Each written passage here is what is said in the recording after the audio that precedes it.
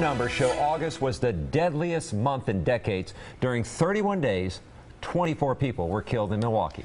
Now, the homicide rate is even worse in Chicago, which has so far this year seen more murders than New York City and Los Angeles combined. Chief Flynn calling on city leaders to focus on the bigger issue.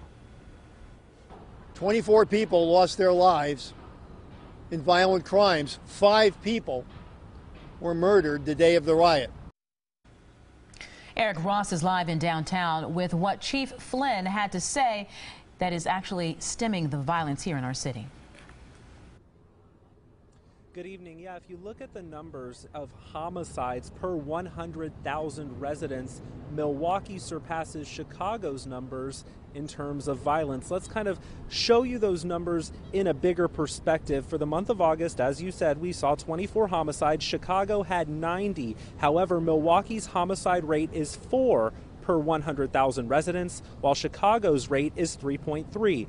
Chief Flynn also pointed out that more than 80% of all homicide victims last month involved African Americans. Now, most of last month was spent following the latest developments in the shooting death of Seville Smith by a Milwaukee police officer.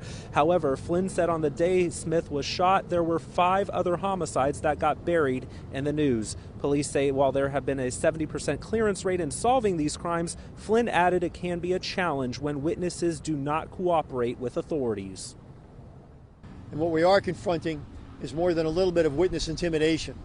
It's becoming a rational act for people to be afraid to cooperate with the police, because those offenders who are armed and dangerous and survive have a very much a serious vested interest in intimidating those who would truthfully testify to the circumstances.